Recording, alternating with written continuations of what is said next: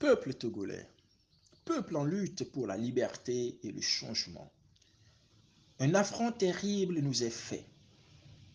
4 ans seulement après la dernière révision constitutionnelle, la dingocratie pilotée par le président Faure Gnassingbé a décidé de changer carrément la constitution togolaise. Or, la dite constitution, en son article 144, dispose qu'aucune procédure de révision constitutionnelle ne peut être engagée ou poursuivie en cas de vacance, d'intérim ou lorsqu'il est porté atteinte à l'intégrité territoriale. Nous nous retrouvons exactement à ce jour dans ces deux cas d'empêchement. En effet, le mandat des députés actuels, si l'on peut encore les nommer ainsi, est terminé depuis décembre 2023. Lorsqu'on se réfère donc à la définition incontestée et unanime du professeur Gérard Cornu dans Vocabulaire juridique, publié aux éditions Presse universitaires de France, à la page 12 notamment, il y a vacance. La vacance étant donc l'état d'un poste à pourvoir ou d'une fonction devenue disponible par suite de l'expiration de la durée pour laquelle elle avait été conférée. Au Togo, cette vacance a donc été constatée et confirmée par le gouvernement lui-même à travers la convocation du corps électoral. Les députés actuels n'assurent donc que l'intérim et ne peuvent que gérer les affaires courantes en attendant la prise de fonction effective de leurs successeurs élus, comme l'indique l'article 52.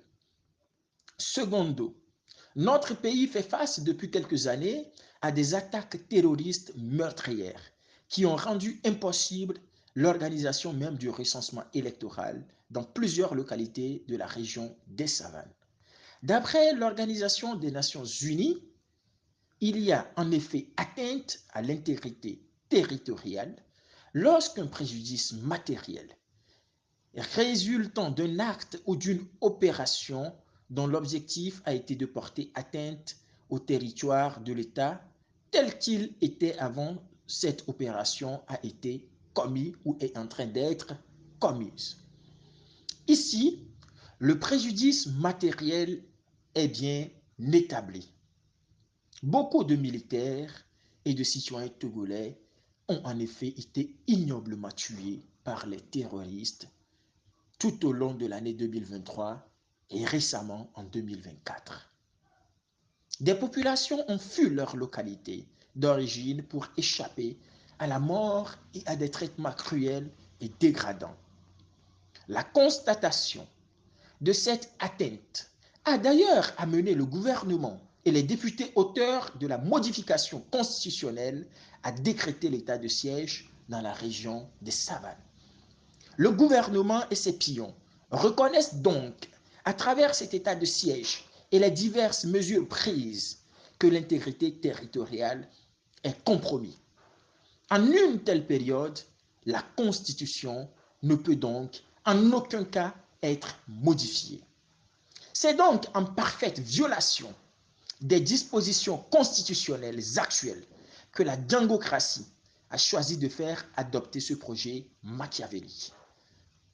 Cette décision inique, insensée, incongrue et inopportune témoigne de la volonté assumée de Faure Gnassingbé et de sa bande de conserver ad vitam aeternam le pouvoir d'État qu'ils ont usurpé à la suite du triple coup d'État constitutionnel, institutionnel et militaire de 2005 pour lequel ils devraient, sauf mesure exceptionnelle, être poursuivis.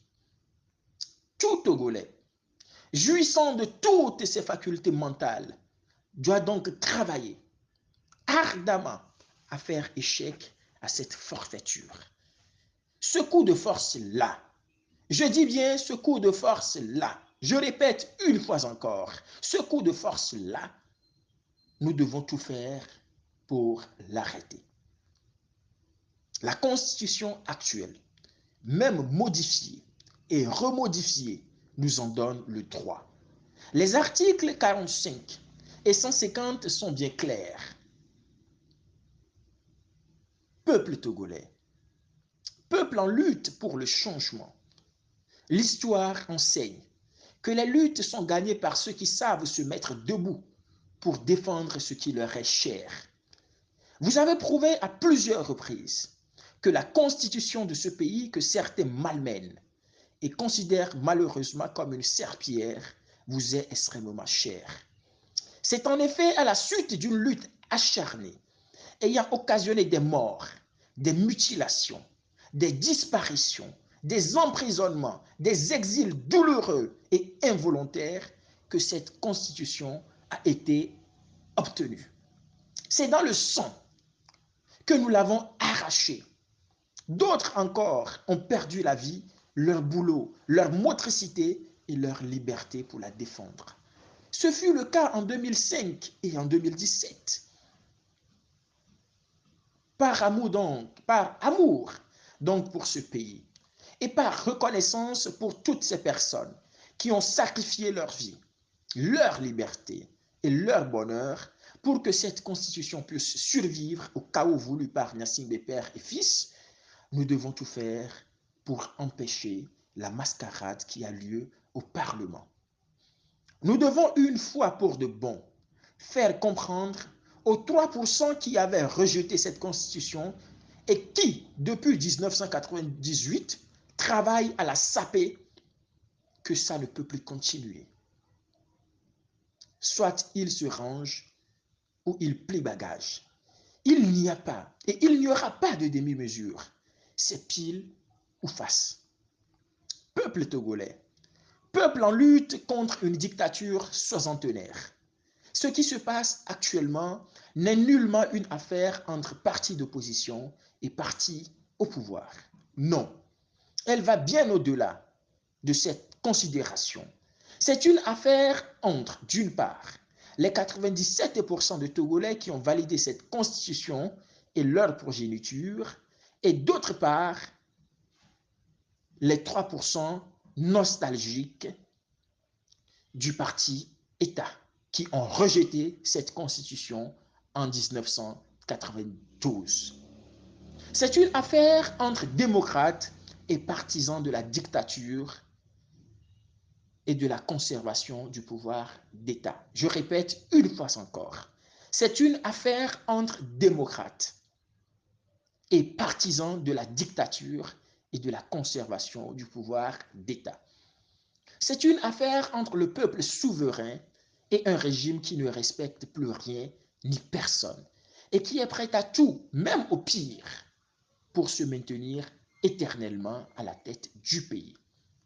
Dressons-nous donc comme un seul peuple pour faire barrage à ces sulfureux personnages et à leurs desseins diaboliques. Maintenant, ça suffit, faut que ça change. Que viennent les tyrans, ton cœur soupire vers la liberté. Debout, debout patriotes, debout peuple togolais, peuple souverain, en lutte pour le changement. Merci. C'était Général Folie Sativi.